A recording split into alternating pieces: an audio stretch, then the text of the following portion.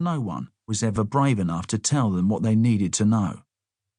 Their fluency with violence led their way. It was a society within society.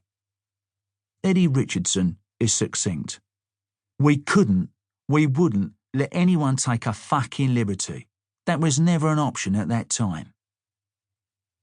That time, as Britain emerged from World War II and into the 1950s, and many of the blitz streets of London were being demolished for the social misfits of housing, the high-rise estates, was the environment in which Eddie Richardson struggled and fought to cope with and conquer.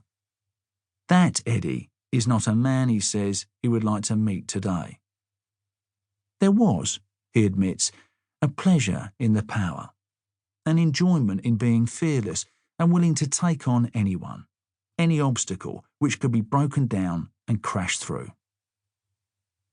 It is, the psychologist would tell us, human nature. There is always plenty of that around. When Eddie and Charlie Richardson were establishing their business endeavours, myriad schemes and enterprises where cash trumped legality in any game, the extent and growth of their empire could never have happened without the connivance of the police. Eddie says it wasn't the policemen, the bobbies on the beat, or the cops in their Z-Cars patrols who profited most. It was the hierarchy, the officer class playing true-life snakes and ladders, climbing up to commanders. Patrolmen were instructed when not to interfere in the Richardsons' business. Paradoxically, many of these policemen were corrupt out of principle. They didn't want to be thought of as stupid, of being slow on the uptake. It wasn't pure venality. Being bent was traditional. This melancholy fact meant you didn't drink alone in a pub when Eddie or Charlie sent over a drink, a bottle. You weren't an outsider. You were clever, for the profit to be had in looking the other way. A simple act which turned every Friday night into a birthday. There was always a present waiting.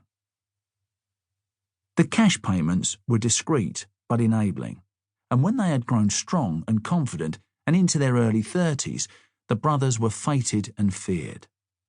This feeling of immunity defeated any self-awareness, any thoughts that the scaffolding around the enterprises might be shaky. Eddie didn't get away with it. He spent more time in prison than many people of his parents' generation lived. He's not proud of it, but he's pleased with the way he handled the punishment he was given. Yet some of it, he has always believed, was harsh.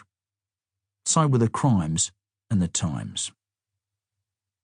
It was the Wild West out there for a long time, says Eddie, as he sits in his London club next to the River Thames in 2019. But it was real bullets, not the comic book bang bang and get up again version. If you got hit, you bled. It was a brutal world we were in and brutal things were done. I was there, but I was a different man then. But they were done. There is no question of that. Eddie found himself throughout his life surrounded by boys, young men, older bruised and battered men, many who were so off their heads, such a mess, that having anything to do with them devastated the mind. Being on the same planet was tough enough, but they were so turned around they were totally unpredictable. That's what brought the headaches. If you were involved in a bit of business of an entrepreneurial variety, you wanted people to keep to the script, not be unpredictable. Eddie, then as now, liked to know his fellow man. He liked them to like him, tough and willing to battle for his corner, to take chances to protect his own territory, but be experienced enough to respect pain. He admired and wanted reliability, for in the world of criminal chance, a player had to stick to his word, be that rare, remarkable oxymoron, an honest crook.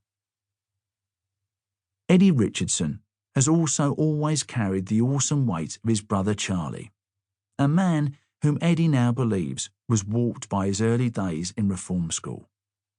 And Charlie was heavy, even as a brother. They are linked by birth. Myth.